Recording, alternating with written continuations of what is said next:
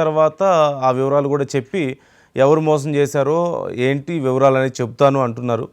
పూర్తి సమాచారం film news editor Om Prakash గారిని అడిగి తెలుసుకుందాం. ఓంప్రకాష్ గారు, తనని మోసం చేశారు కాబట్టి జాగ్రత్తగా ఉండండి అంటూ అభిమానులకు, ప్రజలకు జగపతి బాబు రిలీజ్ చేసిన ఈ వీడియోకి సంబంధించి డీటెయిల్స్ ఎలా ఉన్నాయి?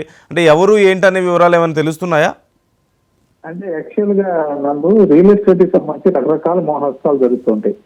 ఒకటి ఏమిటి అంటే రియల్ ఎస్టేట్ వాళ్ళు ఏదో ఆకాశంలో చందమామను తీసుకొచ్చి చేతిలో పెట్టినట్టుగా రకరకాల ప్రగల్భాలని, లేకపోతే అమలు కాని హామీలని వాళ్ళ బ్రోచర్స్ లోను, అందమైన కలర్ఫుల్ బ్రోచర్స్ లో ముద్రిస్తూ వాళ్ళ ప్లాట్లు కావచ్చు అమ్ముతూ ఉంటారు.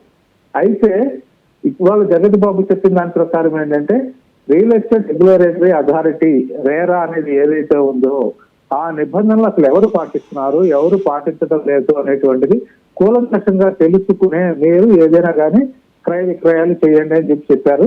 మనం చూస్తుంటాం. యాక్చువల్గా ఏంటంటే ఇక్కడ జరిగే మోసాలు కూడా 2-3 రకాలుగా ఉంటాయి. ఒకటి ఏంటంటే అసలు గవర్నమెంట్ పర్మిషన్స్ లేకుండా, అంటే సంబంధిత శాఖల పర్మిషన్స్ లేకుండా ఫ్లాట్స్ అమ్మేస్తూ ఉంటారు.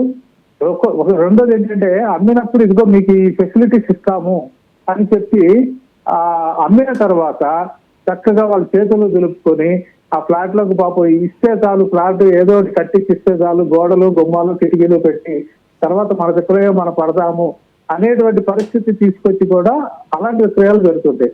కొన్ని ఏంటంటే ఇందాక చెప్పినట్టుగా పర్మిషన్స్ కూడా అంటే ఉన్నాయి అని చెప్పడం వేరు, అసలు లేని ఉన్నట్టుగా అంటే తప్పుడు పత్రాలని చూపించి ఇదిగో మాకు ఈ హుడా లేఅవుట్ ఉంది, లేకపోతే జిహెచ్ఎంసీ పర్మిషన్ ఉంది, ఇవన్నీ మాకు ఉన్నాయి అని చెప్పేసి ఆ రకమైనటువంటి ప్రయాలు కూడా జరుగుతూ ఉన్నాయి.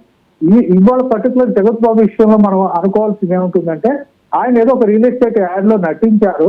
ఆ రియల్ ఎస్టేట్ కి సంబంధించి కొన్ని ఏ తప్పుడు సమాచారం ఉంది, ఇది కరెక్ట్ కాదు, నేను పొరపాటున అందులో చేశాను అనేటువంటి ఒక క్లారిటీ అయితే జగత్ బాబుకి ఏదో వచ్చినట్టుంది.